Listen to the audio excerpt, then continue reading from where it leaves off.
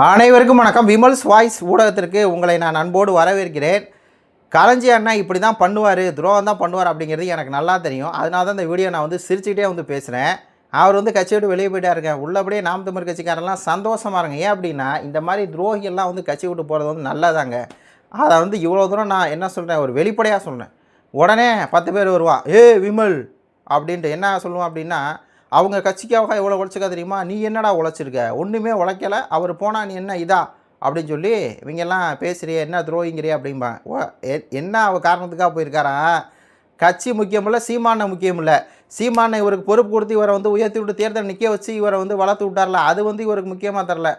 இவருக்கு என்ன பிரச்சனையா, தனிநபரை நாம் தமிழ் கட்சிக்காரங்களாம் விமர்சிக்கிறாங்களாமா, ஒரு குறிப்பிட்ட கட்சியை மட்டுமே விமர்சிக்கிறாங்களாமா, அது இவருக்கு பிடிக்கலையாமா, அதனால் கட்சி விட்டு வெளியே போகிறேன்னு சொல்லி ஒரு அறிக்கை விட்டுருந்தா இவரை துரோகின்னு சொல்லாமல் வேறு என்னத்தை சொல்ல முடியும்? அவரோட அறிக்கையை பாருங்களேன். என்ன இவர் லோயலாமணிக்கு வாழ்த்து சொன்னார். இப்போ எல்லாம் நல்லா பார்த்தீங்கன்னா இவர் புரட்சியாளர், லோயலாமணி ஒரு புரட்சியாளர், அந்த புரட்சியாளருக்கு இந்த ஒரு பதவி சரிதான் அப்படின்னு சொன்னார். நாம் தமிழர் கட்சி அதை எதிர்க்குது. ஏன்னா சீமான் அவர்களை சீமான் சாமான்னு சொல்லி ஆபாசம் பேசுகிற ஒரு ஆபாசவாதி தான் இந்த லோயலாமணி. அதை நாங்கள் சொல்ல தான் செய்வோம். சீமானவர்களாம் சாமா சோமா அப்படின்னு சொல்கிறவருக்கு உங்களுக்கு என்ன வாழ்த்து நீங்கள் தெரிவிக்கிறீங்க, என்ன உங்களுக்கு வாழ்த்து வந்துடுது? அப்போ நீங்கள் எதன் அடிப்படையில் வாழ்த்து தெரிவிக்கிறீங்க அப்படிங்கிறதும் எங்களுக்கு பேசுறதுக்கு ஒரு நிமிஷம் ஆயிடாது. கலைஞி என்ன உங்கள் பேசுறதுக்கு ஒரு நிமிஷம் ஆயிடாது. என்ன இவர் 2 நாளைக்கு முன்னாடி ஒரு சீனை போட்டார், நான் நாம் தமிழர் கட்சியோடு தான் இருப்பேன் அப்படின்னாரு. அப்படி இருக்கேன்னு சொன்னவர் ஒழுங்காக இருக்க வேண்டியதானே. அப்புறம் திடீர்னு எதுக்கு மாறுறாருன்னா, லோயலாமணிக்கு நம்ம எதிர்ப்பு தெரிவிக்கிறோமா? அந்த லோயலாமணி ஒரு புரட்சியாளனா, லோயலாமணி இலங்கை தமிழருக்காக உண்ணாவிரதம் இருந்தாராம். அதே இலங்கை தமிழர் காரணம், அந்த படுகொலை காரணமான காங்கிரஸ் கட்சியோட தானே விஜய் இருக்கார். அந்த விஜய் தானே பொறுப்பு கொடுத்துருக்காரு.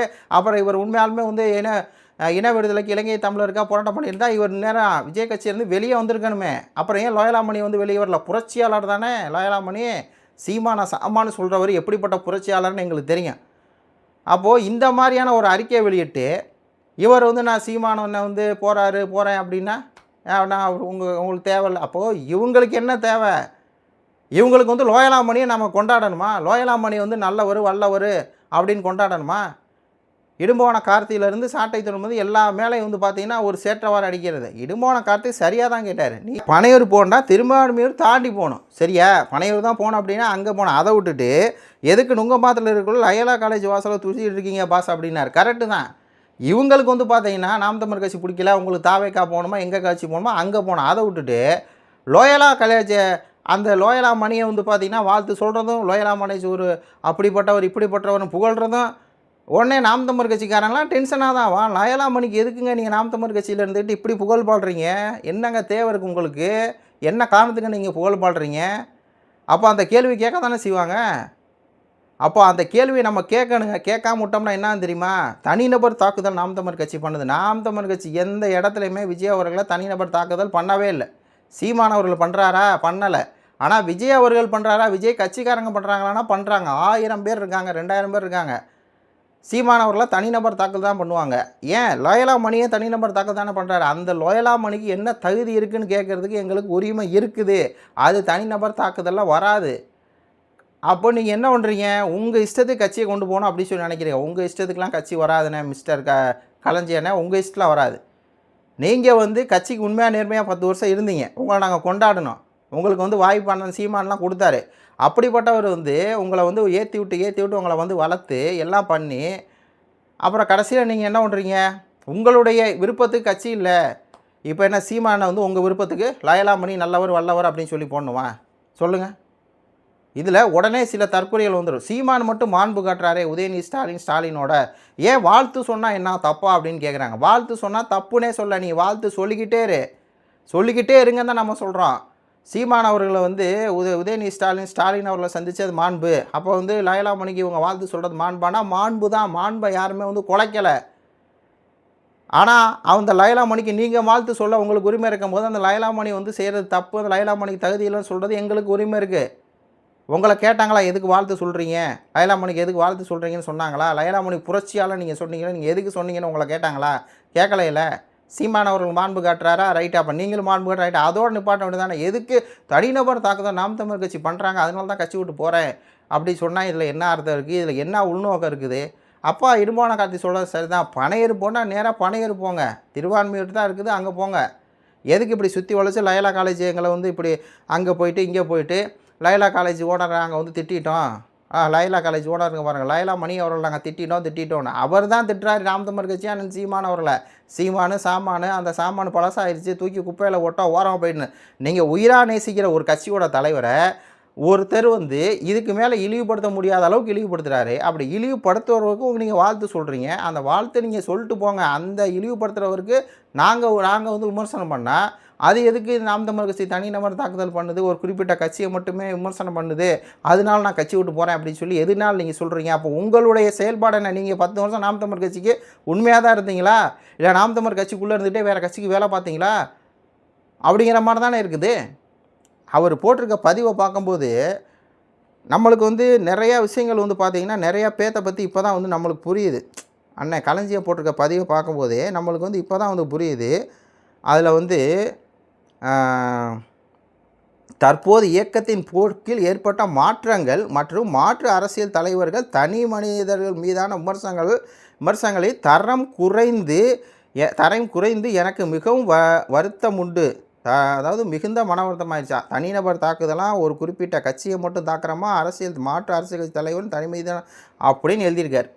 இந்த வார்த்தையை கேட்டுட்டு திருப்பி உங்களை மேலே விமர்சனம் தான் வைப்பாங்க, உங்களை துரோகின்னு தான் சொல்லுவாங்க.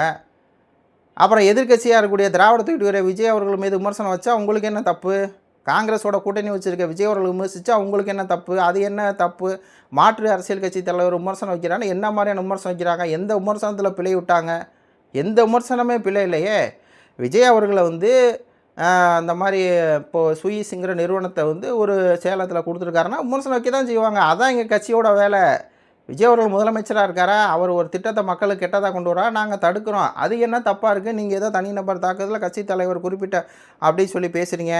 தமிழ் தேசிய கொள்கை என்பது வெறுப்பரசியலை கடந்து அது அனைவரையும் உள்ளடக்கிய அதிகார மாற்றத்திற்கான கருத்தியல் என்று நீங்கள் கூறுகிறீங்க. ஆனால் அதற்கு நேர்மாறாக கட்சியின் உறுப்பினர்கள் சக கட்சியினர் மற்றும் ஆர்வமீன் வெறுப்பரசியல் கையாளுவது என்னால் ஏற்றுக்கொள்ள முடியவில்லை. விமர்சனங்கள் கொள்கையை சார்ந்தவாக இருக்க வேண்டும் தவிர தனிநபர் தாக்குதலாக இருக்கக்கூடாது என்பதை எனது உறுதியான நம்பிக்கையாக குறிப்பாக நம்மோடு பழகியவர் மற்றும் மாற்று கருத்து கொண்டவர் மீதான இழிவான விமர்சனங்களை நாம் முன்னெடுக்கும் தமிழ் தேசிய பண்பாட்டுக்கு உகந்ததில்லை என்று கருதுகிறேன். இவர் வந்து தமிழ் தேசிய கொள்கை எப்படிப்பட்டான்னு சொல்லி நாம் தமிழர் கட்சிக்கே பாராட்டுகிறார். விஜய் அவர்கள் காங்கிரஸோட கூட்டணி போயிட்டார்ல, நீங்கள் ஒரு இலங்கை தமிழருக்கு உண்டான ஒரு போராளி தானே, அப்புறம் என்ன உங்களுக்கு என்ன மாற்று அரசியல் விமர்சனம் பண்ணால் உங்களுக்கு என்ன? தமிழ் தேசிய அரசியல் வெறுப்பரசியலை எங்கே சீமானா பண்ணார்? என்ன அப்படி வெறுப்பரசியல்? நீங்கள் என்னத்தை கண்டீங்க? லயலாமணி வெறுப்பரசியல் பண்ணுறாரா, சீமான வெறுப்பரசியல் பண்ணுறாரா? விஜய் வெறுப்பரசியல் பண்ணுறாரா, சீமான வெறுப்பரசியல் பண்ணுறாரா? இல்லை நீங்கள் வெறுப்பரசியல் பண்ணுறீங்களா? சீமான் உதயநிதி ஸ்டாலினை சந்தித்த உடனே வெறுப்பரசியல் பண்ணுறது யார்? நீங்களா நாங்களா? நீங்கள் லயலாமணிக்கு வாழ்த்து சொன்னது எங்களுக்கு பிரச்சனை இல்லை. ஆனால் தனிநபரை நாங்கள் வந்து தாக்குறோம், தனிநபர் மேலே வெறுப்பரசியல் பண்ணுறோன்னா எங்கள் தலைவரை வந்து பேசும்போது நாங்கள் பேசுகிறது உங்களுக்கு அப்படி தான் தெரியும்னா அப்போ நீங்கள் யார் அப்படிங்கிறது தான் எங்களுக்கு கேள்வி வருது. எனவே எனது அரசியல் புரிதலும் தமிழ் தேசியத்தை முன்னெடுக்கும் வழிமுறையும் கட்சியின் தற்போதைய போக்குக்கு மாறுபடுகின்றன. இருப்பினும் உங்கள் மீதான நான் என்னையும் மாற்றிக் கொண்டிருப்பேன். மாற்று கருத்து வேறுபட்டிருந்தாலும் தொடர்ந்து பயணிக்க ஆரோக்கியமாக இருக்காது என்று நான் வைத்து வந்த எல்லா பொறுப்பையும் நாம் தமிழர் கட்சியிலிருந்து முறைப்படி விலகி தெரிவித்துக் கொள்கிறேன் அப்படின்னு சொல்லி அவர் வந்து நான் வெளியே போனேன் அப்படிங்கிறார். அப்போது இந்த ஒரு கடிதம் எழுதும் போதே நம்மளுக்கு ஒரு புரிதல் மட்டும் வருது. இவருக்கு வந்து அண்ணன் சீமான் அவர்கள் வந்து இவரை வளர்த்து இவருக்கு வந்து எல்லா பொறுப்பும் கொடுத்தது எல்லாமே வந்து சீமான மேலே தப்பு, இவர் மேலே தப்பு சொல்ல முடியாது. இவருக்கு மாற்று கட்சியினரை நீங்கள் வல்லவங்க வெறுப்பு அரசியல் நாங்கள் செய்ய மாட்டோம், வாங்க உங்களோட கூட்டணி வைக்கிறோம், உங்களோட கூட்டணி காங்கிரஸோட கூட்டணி உங்களோட கூட்டணி வைக்கிறோம் அப்படிங்கணும். இவருக்கு வந்து லோயலாமணியை வந்து சீமான் அவர்களை கேவலமாக பேசுவாப்புல. அந்த லோயலாமணியை கொஞ்சம் கொலாகணும். அப்போலாம் எங்களால் கொலாவ முடியாது. அப்படி கொலாவருன்னா நீங்கள் போய் கொலா வைக்கிங்க. அப்போ நீங்கள் கட்சி விட்டு வெளியே போயிட்டீங்க, நல்லது. இந்த துரோகம்தான் நம்ம இனத்தையே சாபமாக்குது. போன வீடியோ கூட பேசியிருந்தாங்க, கட்சி விட்டு போக மாட்டேன் அப்படின்ட்டாருன்னு. 2 நாளுக்குள்ளே ஒரு இப்படி கருத்து மாறாரு அப்படின்னா இதெல்லாம் நீங்கள் யோசிச்சு பாருங்கள். நம்மளும் பேசணும்னு வச்சுக்கோங்களேன், அவங்க பேசுகிறதா உண்மைன்னு இன்னும் 10 பேர் எடுத்து பேசுவான். அதனால தான் ஃபஸ்ட்டே நம்ம வந்து கண்டித்து பேசணும். அதை ஃபஸ்ட்டு புரிஞ்சுக்க. நாம் தமிழர் கட்சிக்கான நீ எதுக்கு பேசணும்னு கேட்காதீங்க. நம்ம இப்போ இதை களஞ்சியனை நான் கண்டித்து பேசுகிறேன்னா அவர் சொல்ல தான் சரின்னு சொல்லி இன்னும் 10 நாம் தமிழர் கட்சிக்காரங்க பேச ஆரம்பிச்சிடுவாங்க. ஏன்னா அந்த கருத்தை அப்படி போய் சேரும். அதை தடுக்கிறது தான் இந்த காணொலி. உங்கள் கருத்துக்களை சொல்லுங்கள். நன்றி, வணக்கம்.